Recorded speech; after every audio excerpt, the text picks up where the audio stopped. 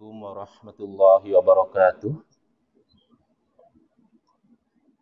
Bismillahirrahmanirrahim. Alhamdulillahi rabbil alamin. Wa afdhalus salati wa atammu taslimi ala sayyidina Muhammadin wa ala alihi wa sahbihi ajma'in. Rabbi shrah li sadri wa yassir li amri wahlul 'uqdatam min lisani yafqahu qawli. Subhanaka la ilma lana illa ma 'allamtana innaka antal alimul hakim. Allahumma akhrijna min zulumatil wahmi wa akrimna binuril fahmi waftah alaina bima'rifatil ilmi wa sahhil akhlaqana bil hilm waj'alna mimman yastami'una al-qawla fayattabi'una ahsana. Allahumma ati nufusana taqwaha wa zakkiha anta khairu man zakkaha anta waliyuha wa maulaha. Allahumma arinal haqqa haqqan warzuqna ittiba'ah wa arinal batila batilan warzuqna ijtinabah. Allahumma anfa'na bima 'allamtana wa 'allimna ma yanfa'una wa zidna ilman wa huda amma ba'd. Alhamdulillah, muslimin muslimat, hadirin hadirat yang saya hormati.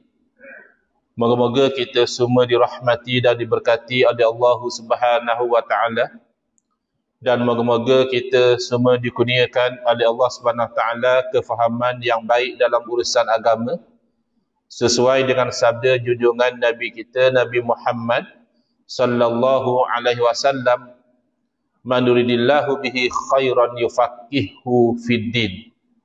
Barang siapa yang Allah nakkan dengan dia kebaikan, nescaya Allah beri dia faham dalam urusan agama. Dan moga-moga kita semua dikurniakan oleh Allah Subhanahu wa taala akhlak yang mulia sesuai dengan sabda Nabi sallallahu alaihi wasallam, innama bu'istu liutammima makarimal akhlaq. Hanya saja saya dibangkitkan demi untuk menyempurnakan kemuliaan akhlak.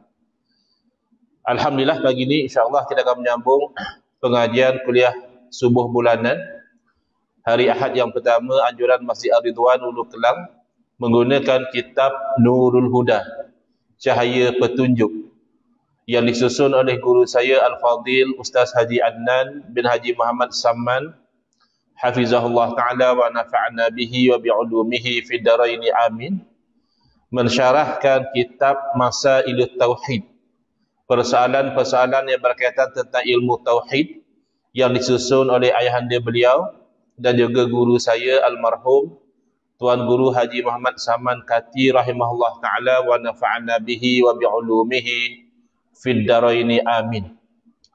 Kita sampai ke muka surat 19, masih lagi membincangkan mabadi, permulaan-permulaan ilmu, iaitu di sini ilmu tauhid. Ada 10 mabadi. Sekarang kita sampai kepada hukmuhu. Apa hukum syarak belajar ilmu tauhid ini? Lebih-lebih lagi di zaman sekarang ada orang mempertikaikan, bahkan memperolok-olokkan, bahkan menolak pengajian tauhid sifat 20. Dia tanya, wajib ke? Zaman Nabi tak ada pun sahabat belajar sifat 20. Apa kita pernah dengar riwayat misalnya pada sahabat belajar wujud, qidam, baqa, mukhalafatuhu ta'ala lil hawadisi, qiyamuhu ta'ala binafsih dan seterusnya. Kenapa pula sekarang ni tiba-tiba kita nak kena belajar? Wajib pula tu. Jadi perlu difahami bahawa belajar ilmu tauhid, yang dimaksud ilmu tauhid di sini adalah ilmu yang mana kita itu meyakini keimanan-keimanan yang didatangkan dengan dalil-dalil yang yakin. Itu hukumnya adalah fardu ain. Maknanya tidak lepas dosa seseorang itu kalau satu kampung, satu negeri semua dah belajar ilmu tauhid, tinggal dia seorang saja tak belajar, masih lagi dia tu berdosa. Berbeza misalnya ilmu faraid, ilmu pembahagian harta pusaka. Tak mesti semua orang belajar. Dalam kampung tu ada beberapa orang, seorang dua, yang mana kalau orang ada masalah faraid, tanya mereka, mereka boleh huraikan, lepaslah tanggungjawab orang lain. Ataupun ilmu muamalat bagi orang yang tidak berurus muamalat, tak perlulah dia belajar. Memadailah ada orang lain yang tahu. Tapi ilmu tauhid tidak. Adalah fardu ain atas tiap-tiap mukallaf, orang yang akil. Orang gila tak ada lah, tak ada cerita lah. Yang balik kalau kanak-kanak belum lagi, tapi dah dilatih, dan juga sampai seruan Islam. Bukanlah dia tu duduk isolated misalnya dalam hutan, tak pernah dengar tentang Islam misalnya. Baik lelaki ataupun perempuan, tidak ada beza. Asalkan dia akil, balik sampai seruan Islam, dia wajib belajar ilmu tauhid. Iaitu mengetahui ilmu tauhid ini dengan dalil ijmali. Bukanlah nak jadi pakar tauhid. Baru-baru ni mungkin ada sebahagian daripada tuan-puan mengikuti dialog antara Ustaz ataupun PU Faiz dengan Ustaz Salman Ali tentang isu sifat samak dan basar Allah Subhanahu Wa Taala. Jadi kalau yang mengikuti itu kadang-kadang benda yang dia cakap ni ada cerita pasal ta'alluq, yang mu'allaq bih, tanjizi hadis, tanjizi qadim, benda cerita ni, macam terawang-awang bagi sebahagian lah. Iaitu bukan fardu ain. Perbincangan sampai ke tahap itu bukan fardu ain. Fardu ain ini adalah kita mengimani dengan seyakin-yakinnya bahawa Allah Subhanahu Wa Taala bersifat dengan segala sifat kesempurnaan. Mustahil Allah Ta'ala itu bersifat dengan sebarang kekurangan. Mustahil Allah Ta'ala itu menyamai makhluk, atau makhluk menyamai Allah Ta'ala. Itu mustahil. Apa dalil? Alam ini. Alam ini kan bercakap tentang kesempurnaan Allah Subhanahu Wa Taala. Tak perlu kita itu melihat kepada alam yang besar. Sebenarnya kalau kita melihat kepada alam yang kecil, iaitu diri kita sendiri, kita telah dapat meyakini tentang kesempurnaan Allah Ta'ala. So itulah sebagian ulama mengatakan man arafa nafsahu arafa rabbahu. Barang siapa yang kenal diri dia, maka dia kenal Tuhan dia. Bukan bererti sebagaimana yang disalah tafsir oleh sebahagian yang membawa ajaran sesat. Dia kata siapa kenal diri, kenal Allah. Berarti diri itulah Allah. Bukan. Itu sesat. Macam mana pula diri itu Allah? Diri itu penuh dengan kekurangan. Allah tu bersifat dengan segala sifat kesempurnaan. Berarti kalau kita kenal diri kita ini diciptakan, maka kita kenal Allah itu Al-Khaliq yang Maha Pencipta. Kalau kita kenal diri kita ini dahulu tidak ada, sekarang hidup, kita kenal Allah Al-Muhyi yang menghidupkan.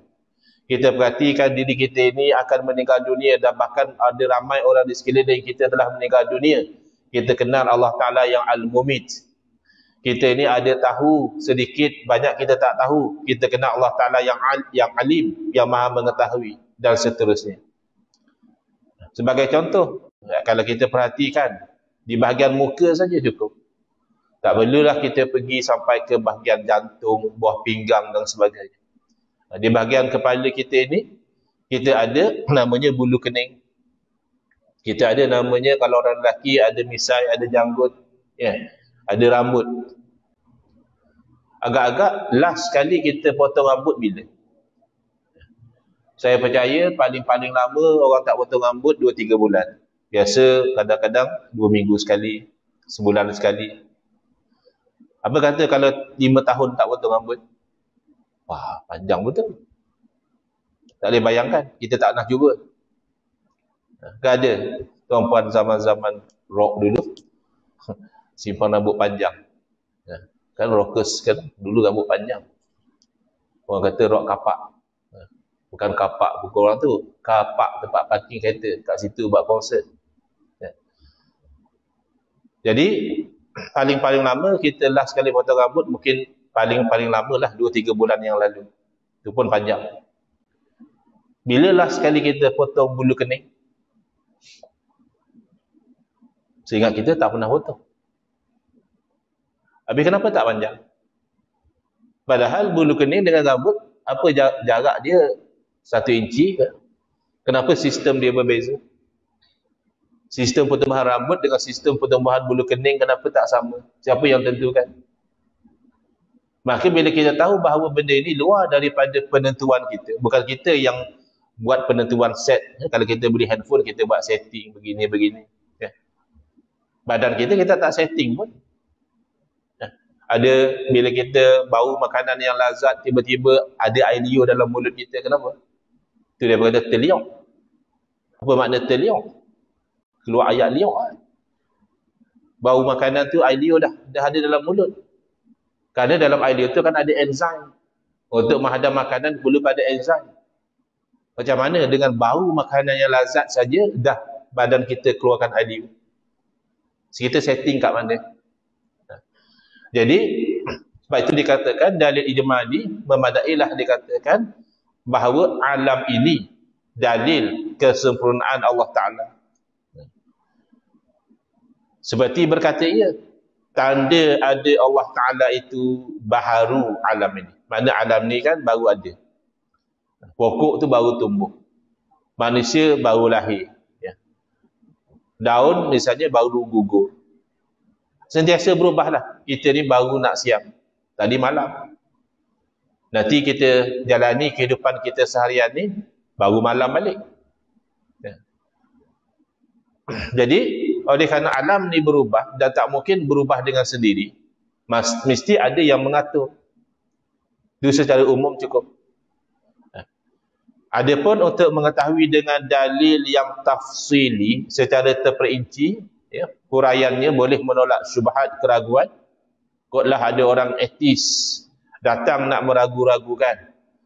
Kita kata kami percaya kepada kewujudan Allah kerana adanya alam ini. Tak mungkinlah alam ini terjadi dengan sendiri. Lalu orang etis kata, kalaulah dalil adanya Tuhan itu adanya alam ini, berarti yang ada itu perlu diciptakan. Maka siapa yang ciptakan Allah? Itu kan ada keraguan. Maka untuk menhujah tu ada perbincangan yang lebih mendalam untuk membuktikan bahawa tak mungkin Tuhan diciptakan. Itu namanya fardu kifayah. Bukan setiap orang kena mahir sampai ke tahap itu. Untuk diri dia yakin Allah Ta'ala bersifat dengan segala sifat kesempurnaan. Tak mungkinlah Allah bersifat dengan sebarang sifat kekurangan, sudah memadai. Dan fardu kifayah mengetahui akan dia dengan dalil tafsili, maknanya dengan dalil yang terperinci, penerangan. Di sini kita ambil sepotong bait syair dari kitab Matan Jauharatut Tauhid. Wa ba'du fal ilmu bi asli dini muhtamun yahtaju litabyin. Dan kemudian daripada itu, maka mengetahui dengan ilmu usuluddin itu ilmu tauhid, muhtamun, iaitu fardu'ain atas tiap-tiap yang mukallaf. Demikian pula mengajarkannya, disebabkan sangat berhajat manusia bagi keterangan hujah untuk menegakkan agamanya. Jadi, kembali kepada persoalan yang ditimbulkan, kenapa pula wajib belajar sifat 20? Padahal zaman Nabi SAW tak dikenali pun ilmu sifat 20 ni. Yang dikenali oleh para sahabat, ya Quran hadis. Jawapannya memang kalau kira asal, tak wajib belajar sifat 20. Yang wajib kenal Allah Ta'ala. Yang wajib beriman dengan keimanan yang sebenar. Jadi di zaman sahabat, oleh kerana mereka itu memahami dengan baik, dengan kul huwallahu ahad itu pun mereka sudah memahami. Ya, sebab itu ayat yang diturunkan nak menceritakan tentang Allah. Itu ayat yang muhkamat. Ya. Jadi bila dia kata ahad, esa, tentulah Allah tu Tidak ada permulaan. Kalau ada permulaan, pasti diciptakan. Tidak esalah. Ada Tuhan lah lain cipta Allah Ta'ala. Ya. Bila Allah Ta'ala tu esa, pastilah tidak ada perakhiran. Kerana kalau ada perakhiran, perlu dikekalkan. Ada yang mengawal Allah Ta'ala. Mestilah mukhalafatuhu ta'ala lil hawadis. Sebab esa. Kalau sama macam makhluk, tidaklah esa. Ya. Mestilah qiyamuhu ta'ala binafsih. Allah tidak berhajat kepada pencipta. Tidak berhajat kepada tempat untuk Allah Ta'ala berada padanya. Kalau tidak, tidaklah namanya ahad. Wahdaniyah, confirm lah. Allahus samad, Allah tu tempat pergantungan.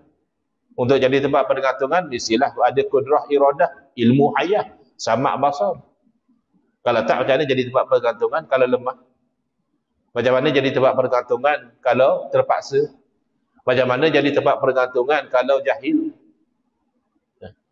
Jadi tak perlulah lagi nak dibilang satu persatu, kerana para sahabat itu cukup memahami ayat-ayat suci Al-Quran. Tak ada macam zaman kita ni. Bila dia baca yadullahi fawqa aydihim, mula nak cerita Allah ada anggota tangan. Cuma anggota tangan Allah tu tak samalah macam tangan kita.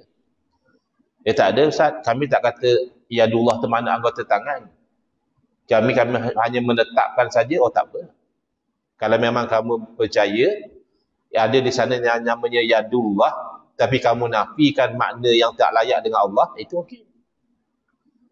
Tapi dalam-dalam kamu mengatakan bahawa kamu tak bermaksud yadun itu dengan makna anggota, tapi dalam berhujjah kamu kata, kalaulah Allah tak punya tangan, berarti Allah kudung.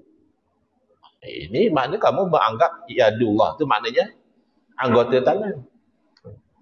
Elok penerangan yang diberi oleh Piyu Faiz dalam dialog tu, kata dia, percakapan yadullah atau tangan Allah ni, kalau kena konteksnya, tak salah pun. Macam orang yang ditimpa musibah, yang ditimpa sesuatu ujian, lalu dipujuk oleh orang lain, kata dia sabarlah, terimalah segala-galanya di tangan Allah. Kan okey je. Berarti segalanya dalam kuasa Allah. Tak ada pula bila orang tu ditimpa musibah, datang orang pujuk dia, sabarlah, Allah tu ada tangan. Tak ada orang pujuk macam itu. Jadi di zaman dahulu memang salafus soleh mereka tak perlu nak bincang panjang takwil itu ini, tak perlu. Sebab mereka sudah memahami dengan makna yang layak kepada Allah Subhanahu Wa Taala. Tetapi apabila manusia sudah tidak mampu pergi direct kepada Quran hadis untuk memahami akidah dengan baik, maka itulah dipermudahkan oleh para alim ulama. Orang yang kritik sifat 20 pun tak akan berani dia menolak salah satu daripada sifat 20. Tak percaya, kita tanya dia. Oh, kamu tak mahu belajar sifat 20, adakah kamu berpegang Allah tak wujud? Adakah kamu berpegang Allah baru wujud? Adakah kamu berpegang Allah akan binasa? Adakah kamu berpegang Allah sama je macam makhluk? Bilang satu-satu. Adakah Allah lemah? Adakah Allah tidak melihat? Kalau kita bilang satu persatu daripada sifat 20, pasti dia menerima. Maka jadilah wajib belajar sifat 20 itu bukan kerana asal dia. Asalnya zaman dahulu tak belajar pun. Tapi sifat 20 itu diimani. Jadi wajib atas kaedah ma la yatimul wajibu illa bihi fahuwa wajibun. Apa satu perkara yang tak sempurna kewajipan kecuali dengan dia, maka perkara itu jadi wajib. Jadi asalnya belajar sifat 20 tak wajib. Tapi kenal Allah Ta'ala wajib. Mengimani sifat-sifat Allah tu wajib. Maka orang tu dia tak mampu memahami, melainkan dia belajar sifat 20, maka belajar sifat 20 tu jadi wajib. Dan lagi sabda Rasulullah SAW, ta'allamu hujjatakum fa innakum mas'ulun.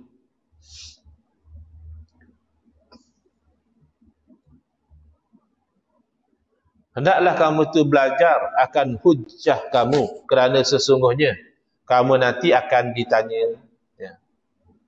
Paling tidak dalam kubur akan ditanya, man rabbuka,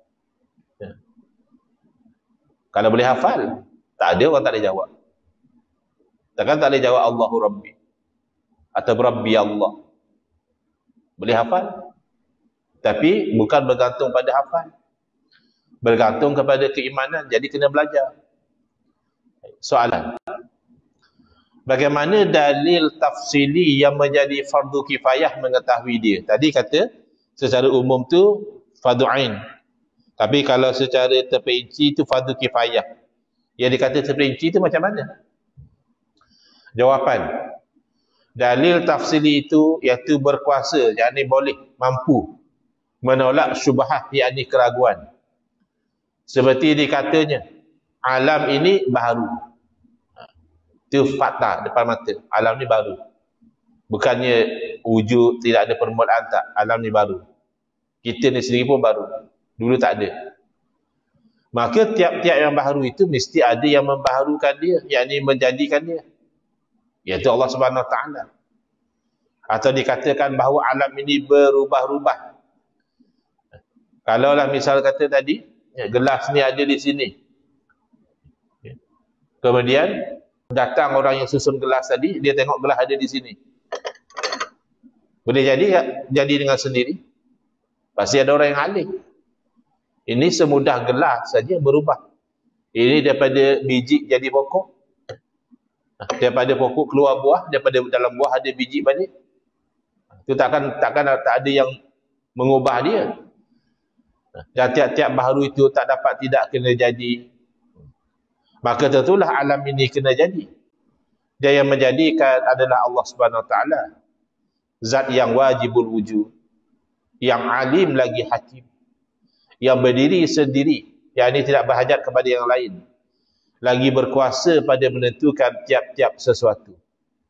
Maha suci Allah Ta'ala daripada kekurangan, bahkan bersifat ia dengan segala sifat-sifat kamalan, kesempurnaan yang tidak terhingga banyak.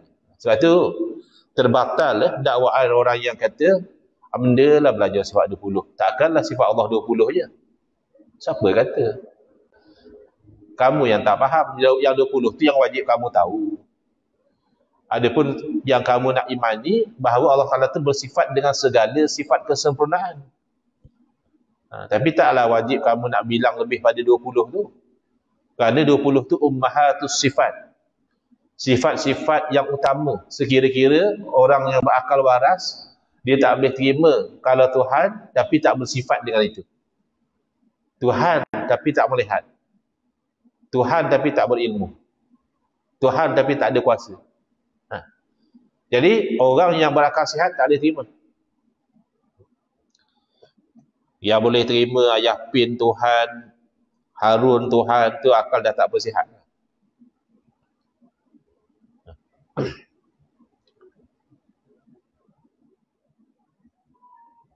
Jadi bila kita belajar sifat 20, bukanlah kita menghadkan sifat Allah tu hanya 20 sahaja.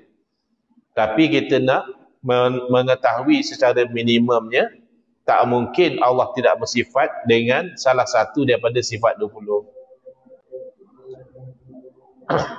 Tu khilaf, Asy'ariyah kata 13, Maturidiyah kata 20. Mana satu yang betul? Ya, semua dua-dua betul. Khilaf pada bilang, bukan khilaf pada menetapkan. Ya, Asy'ariyah yang bilang 13 sebab dia kata tak perlu lagi dibilang sifat maknawiyah. Dah. Jawapan. Yang tujuan sebelum ni nak membezakan antara akidah yang benar untuk kita pegang dan akidah yang batil untuk kita tolak, untuk kita buang. Tapi ini apa maksud daripada sudut yang lain? Iaitu mengetahui beberapa masalah yang persoalan. Masalah di sini bukan maksudnya problem. Masalah di sini maksudnya issues. Apa isu-isu yang sabit bagi usuluddin, itu dengan dalil dan burhan. Istilah sabit ni pun ada bincang dalam dialog baru ni. Kena kelakar juga. Tak ada. Tapi sungguh. Tapi tak ada. Tapi sungguh. Benda cerita. Jadi kalau kau tak faham, dia rasa kelakar. Tapi dalam pembicaraan ilmu, dia detail. Ada benda yang wujud, maka kita kata dia wujud. Ya. Gelas ni wujud. Ya. Tapi kalau saya campak gelas ni ke bawah, dia jatuh. Gelas ada tak? Ada. Jatuh mana? Mana tunjuk jatuh mana? Itu lantai. Tak panggil jatuh. Lantai tu kapet. Campak satu ke bawah ni, itu namanya gelas. Jatuhnya di mana? Tak nampak. Tapi jatuh ke tidak? Jatuh. Itu kata sungguh tapi tak wujud. Itu dapat amrun i'tibari. Ya. Tapi mungkin yang seorang lagi, Salman tak sama, dia tak berapa biasa dengan istilah tu, jadi dia confuse. Confuse tak apa, tapi jangan confuse dan mengconfusekan orang. Kita tak tahu, okey. Jangan kita tak tahu, tapi kita tak tahu, kita tak tahu. Kita rasa kita boleh tahu pada orang lain, susah. Faiz bagi contoh, Salman bin Ali, amrun i'tibari. Kata dia, mana pula? Salman ada, Ali ada. Ya memang. Salman ada, Ali pun ada. Tapi yang dikata anak Ali tu mana? Bin tu. Kat mana nak ditunjukkan pertalian anak dengan ayah tadi? Tapi nak kata Salman bukan anak Ali, sungguh dia memang Salman tu anak pada Ali. Tapi cuba tunjuk kat mana? Dia dikatakan bunuah tadi. Kaitan anak tadi mana? Dia sungguh tapi tak nampak. Fil kharij. Tapi ini bukan fardu ain. Ini perbincangan yang lebih terperinci, fardu kifayah saja. Supaya tolak keraguan. Tolak keraguan dia jadi wajib. Jadi perlu kepada dalil dan burhan. Seperti yang disebutkan jauhar itu adalah barang yang tidak dapat dibahagikan lagi. Kalau kita bagi satu benda, bagi sampai satu peringkat, itulah bahagian yang paling kecil. Jadi di sinilah orang mengatakan ilmu Asy'ariyah ni ilmu Aristotle. Ilmu falsafah Yunani. Sedangkan falsafah itu dikeji. Ilmu kalam tu dicela. Ini masalah tahu cakap, tak tahu maksud. Falsafah dan ilmu kalam yang dicela tu falsafah dan ilmu kalam yang bercanggah dengan akidah. Atau falsafah dan ilmu kalam yang membawa bid'ah dalam akidah sebagaimana yang dilakukan oleh golongan Mu'tazilah. Maka ilmu kalam sebegitu dicela kerana membatalkan nas. Adapun ilmu kalam yang disokong oleh dalil, disokong oleh ayat-ayat muhkamat, maka itu ilmu kalam yang terpuji. Cerita jauhar ini cerita tentang makhluk. Cerita tentang makhluk ni tak kisahlah apa perlu daripada dalil Quran hadis dulu baru kita kata ini ada namanya atom, ada namanya molekul. Kan itu ilmu kajian makhluk. Ada yang namanya organ, ada yang namanya sel. Itu perlu Quran hadis dulu ke? Itu kan ilmu tentang makhluk. Boleh didapati ada kalanya dalam Quran hadis cerita tentang makhluk, ada kalanya didapati melalui pemerhatian dan kajian manusia. Jadi diterima daripada falsafah Yunani itu mana yang tidak bercanggah dengan Quran dan hadis. Kerana al-hikmatu dhallatul mu'min. Hikmah kebijaksanaan itu adalah ibarat barang yang hilang daripada orang Islam. Kat mana dia jumpa habis. Walaupun dia jumpa di tangan orang kafir. Dan yang disebutkan arat itu iaitu barang, yakni sesuatu yang berdiri pada jirim. Ini hanya istilah saja. Kadang kita dengar apa benda lah arat. Tapi kalau kita permudahkan, itulah sifat makhluk. Ya, ni warna oranye. Ya. Yang bendanya kotak tisu. Sifatnya warna dia oranye. Bentuk dia 4 segi. Itu namanya arat. Ni dalam ilmu tauhid, sifat dikhususkan kepada Allah. Kalau pada makhluk dia panggil arat. Tapi dalam ilmu bahasa boleh saja kita kata sifat makhluk. Dan menyatakan bahawa bagi Allah yang menjadikan alam ini beberapa dalil yang sam'iyat. Sam'iyat maknanya dalil naqli, dalil Quran hadis.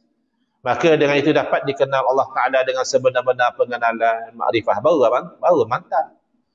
Naqlinya ada, Quran hadisnya ada, aklinya, pemikirannya pun ada.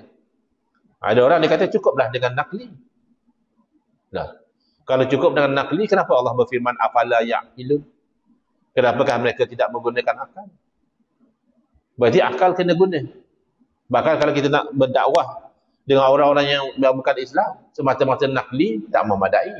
Kerana dia belum beriman. Kita kena bawa dia berfikir, melihat, merenung. Dan akhirnya dia percaya. Penerangan. Dalil sam'iyah atau dalil nakli ialah dalil yang dapati daripada Quran dan hadis. Sementara dalil akli ialah dalil yang kita dapati daripada alam ini. Setelah kita perhatikan, yakni kita fikirkan dengan akal yang sempurna. Itu beza orang yang dapat hidayah, dia berfikir. Dia tengok.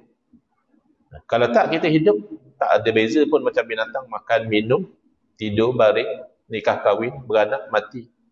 Ya. Tapi sebab kita fikir, kita renung, maka dapat kita tu keimanan. Soalan, dari manakah dia ambil ilmu ini? Dia ambil daripada Quran dan hadis Nabi sallallahu alaihi wasallam. Itu sumber dia. Kalau kata falsafah apa semua itu hanya pemerhatian makhluk. Adapun ilmu akidah, ya. Takkan Allah wujud, kita nak kata ambil pada ilmu Socrates. Allah wujud tak ada permulaan, itu ilmu falsafah Yunani. Allah tidak akan binasa, itu ilmu orang kafir. Itu kan ilmu Quran hadis. Apakah bandingan ilmu ini? Jawapan. Bandingan ilmu ini dengan ilmu yang lain adalah ilmu tauhid ini, dialah semulia-mulia ilmu dan yang utama sekali. Jadi jahatlah orang yang menyarankan kalau nak belajar tauhid, kata dia, ambil kunci motor, start motor, pergi pasar malam. Orang nak belajar ilmu yang paling mulia, kamu suruh pergi pasar malam. Ya. Dan mahu yang ini hendaklah dituntut terlebih dahulu daripada lain-lain ilmu. Bukanlah makna macam sebagaimana yang didakwa oleh sebahagian. Ya. Kata dia oleh kerana makcik ni, dia tak belajar ilmu sebab 20 tak habis lagi, maka 80 tahun dia tak semayang. Bukan. Hendaklah dia belajar terlebih dahulu tu, maknanya diberi keutamaan. Bukanlah lagi tak habis sebab 20 kamu tak semayang. Ilmu semayang kamu belajar juga. Ya. Ilmu zakat, ilmu haji kamu belajar juga. Tapi ini ilmu yang diberi keutamaan. Kenapa? Kerana keadaannya yang bergantung dengan zat Allah dan segala Rasul alaihi wassalatu wassalam.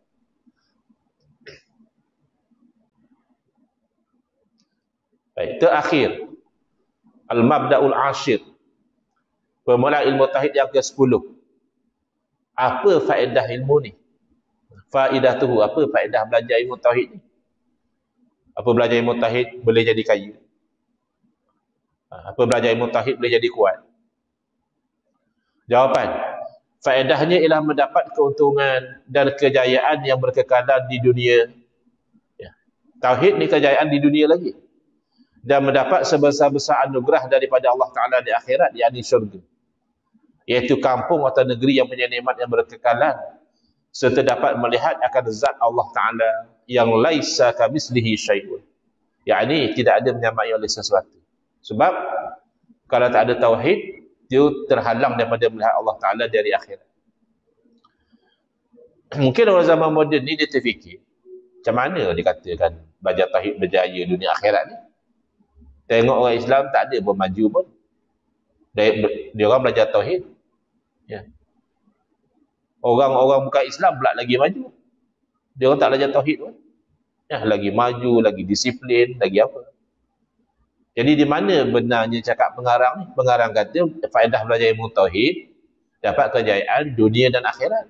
Dapat keuntungan dunia dan akhirat. Akhirat tu tak apalah. Dunia tak nampak pun. Di sini kita turunkan jawabnya. Maksudnya bukanlah dipelajari tauhid itu dengan menghafal. Jangan kamu ingat belajar tauhid itu wujud, kidam, bakok, bukan. Itu hanya perjalanan awal.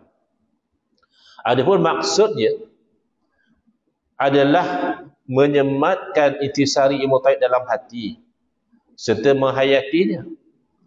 Misalan, setelah diketahui bahawa Allah Ta'ala mengetahui segala gerak-geri makhluk.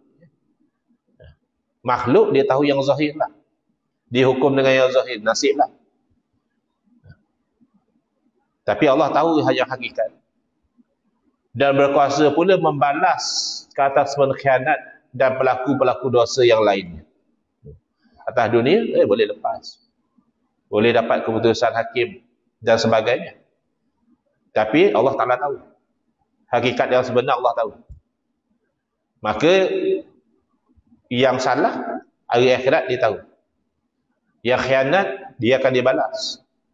Maka tidaklah seorang yang telah ada pada hatinya tauhid itu tergamak melakukan pengkhianatan, penyelewengan, penipuan dan sebagainya.